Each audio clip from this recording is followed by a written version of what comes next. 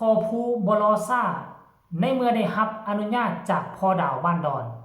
วันที่21นี่ก็จะพาน้องธิดาลาวเข้าห้องอัดเพลงของแม่ฮันนี่สีอีสานทันทีเลยท่านผู้ชม FC แฟนคลับมาพบมาพ่อกับเจบอลาวก่อนนอนอีกคลิปหนึ่งก็แล้วกัน FC ของน้องธิดาลาวทั้งสองฝั่งของบ่ว่าจะอยู่ทั้งฝั่งไทยฝั่งลาว FC ของเจบอลาวอยู่ทั้ง2ประเทศที่เคารพและนับถือเป็นอย่างสูงคลิปนี้เห็นข้อมูลข่าวสารการเคลื่อนไหวจากพ่อผู้ศรีวิไลซึ่งเป็นพ่อผู้ให้กำเนิดทางด้านแวดวงการหมอลำของน้องธิดาลาวนั่นเอง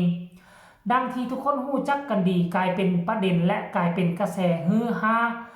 ของพ่อดาวบ้านดอนตัดสินใจจะมอบเพลงแม่ฮันนี่ให้กับน้องธิดาลาวเอาไปบันทึกเสียงใหม่อีกครั้งหนึ่งทั้งที่กระแสห้อนแห้งพ่อดาวบ้านดอนก็ไปไล่จ้วกเอา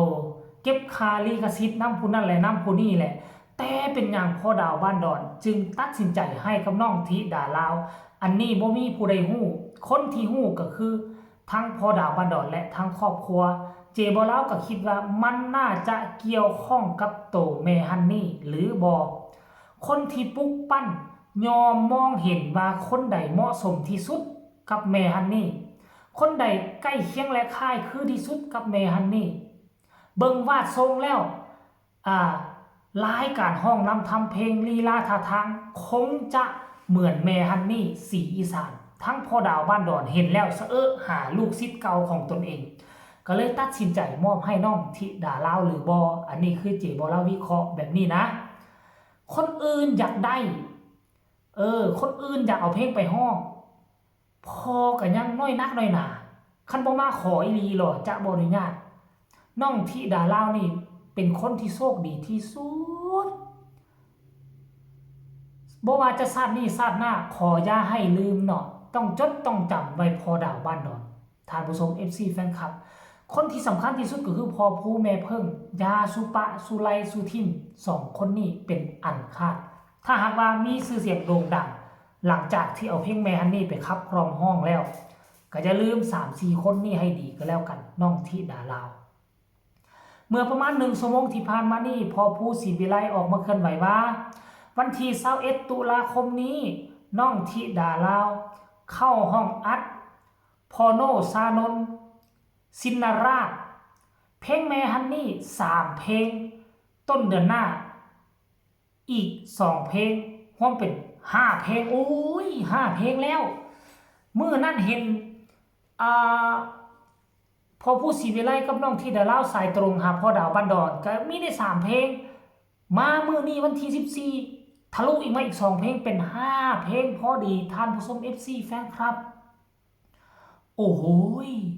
นั่นหมายความว่าเดือนนี้ต้องได้ปล่อยเพลงแน่นอนเป็นบ่ล่ะและเดือนหน้าได้ปล่อยอีก2เพลงซึ่งมันเป็นเรื่องที่น่าเหลือเชื่อเจบอลาวบ่คิดบ่ฝันว่ามันจะมาไวขนาดนี้ได้ก็คิดว่าด้านเพลง2เพลงละปะไว้ 6-7 เดือนจึงเฮ็ดเทื่อนึงปาโธจะอัดมาเป็นอัลบั้มเลยบ่พอผู้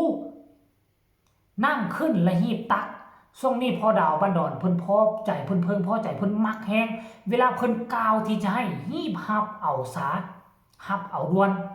ท่านผู้ชม FC แฟนคลับต้องขอแสดงความดีอกดีใจกับน้องธิดาลาวกับพอผู้ศรีวิไลจะได้เพลงจากศิลปินโด่งดังจะได้เพลงจากปลายปากกาพอดาวบ้านดอนศิลปินโด่งดังทั่วโลกโดยเฉพาะ2ฝั่งของพวกเขานี่มีภายในซีบูจากดาวบ้านดอนเจบอลาวเริ่มฮู้จากพอดาวบ้านดอนกะช่วงระยะประมาณปี2006-2007นี่บ่แม่นบ่2006-2007ช่วงนั้นเจบอลาวก็น่าจะอายุราวๆประมาณ16ปีนี่ละประมาณ16ปี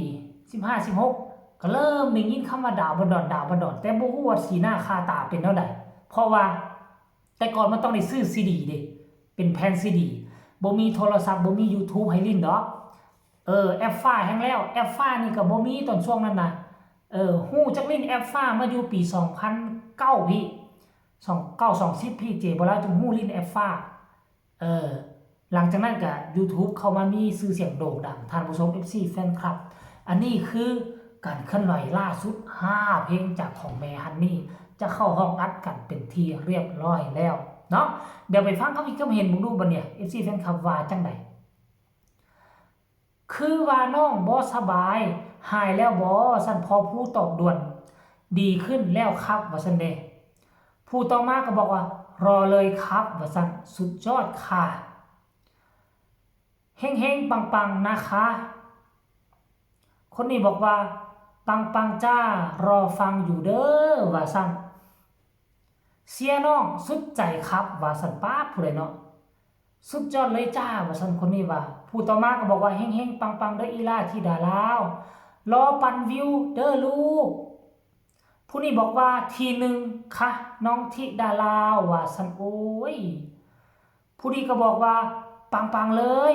เด้ออีล่าน้อยคนต่อมาก็บอกว่ารอแชร์รอเชียร์ครับมามีคอมเมนต์เด็ดๆโอ้คนนี้เอาเงาดีใจน้ำเด้อธิดาลาวขอให้ไปถึงฟังฝันไวๆจากจำปาสักรักหลานน้อยตลอดไปสู้ๆโอ้ย FC จากจำปาสักบ่คนนี้บอกว่าสุดยอดเลยลูกธิดาน้อยกำลังเล็งเครื่องเต็มพิกัดครับใจเย็นๆครับว่าซั่นโอ้อาจารย์ซานนท์เจ้าของห้องอัดพอพูดก็มาตอบว่าโพสต์กดดันแล้วเด้ครับพอโน่ว่าซั่นเด้ต่อมาผู้นี้ก็บอกว่าดังปังๆนะครับรอปั่นวิวเพลงใหม่นะคะผู้นี้ก็บอกว่าอันนี้พอผู้สิเวลาเนาะมาตอบคอมเมนต์นี่ว่ามือแรงสิร้องดนตรีไม่ครับว่าซั่นเด้กินดองแฟนเก่าไปใส่พร้อมกันกับขอแล้วบ่แต่งธิดาลาวพอดีเลยว่าซั่นไปใส่มันไปใส่เนาะป้าผู้นี้เอายาวแน่ขอเป็นคอมเมนต์สุดท้ายซะดีใจนำเด้จาก FC สวรรค์นักเขตเด้อว่าซั่นอีล่าเบิ่งน้องทุกมือเลยเพลงฮอบฟันข้ามโขงยามได้ฟังก็น้ำตาออกยามนั้นยามใดฟังก็น้ำตาออกยามนั้นเพราะว่าเพลงนี้มันเข้ากับมันต่ำกับชีวิตคนจนที่จากบ้านจากพ่อแม่และครอบครัวมาทำงานอยู่ในเมืองใหญ่ว่าซั่นเด้เพลงนี่มันเข้ากับชีวิตผู้คนเลยแถมยังน้องยังมาห้องเพลงแม่ฮันนี่สีอีสานคนลุกทั้งที่นึกว่าแม่ฮันนี่มาเกิดเหมือนทุกอย่างเลยสู้ๆเด้ออีล่าอันนี้ FC จากสวรรค์นะเขตท่านผู้ชม FC แฟนครับอันนี้คือข่าวดีสดๆฮ้อนๆล่าสุดจากพอภูศรีวิไลน้องธิดาลาวในเบื้องต้นจะได้เข้าห้องอัดเพลงแม่ฮันนี่5เพลงนำกันรอรุ่นวันที่21นี่เดือนนี้และก็ต้นเดือนหน้าเจอกันแน่นอน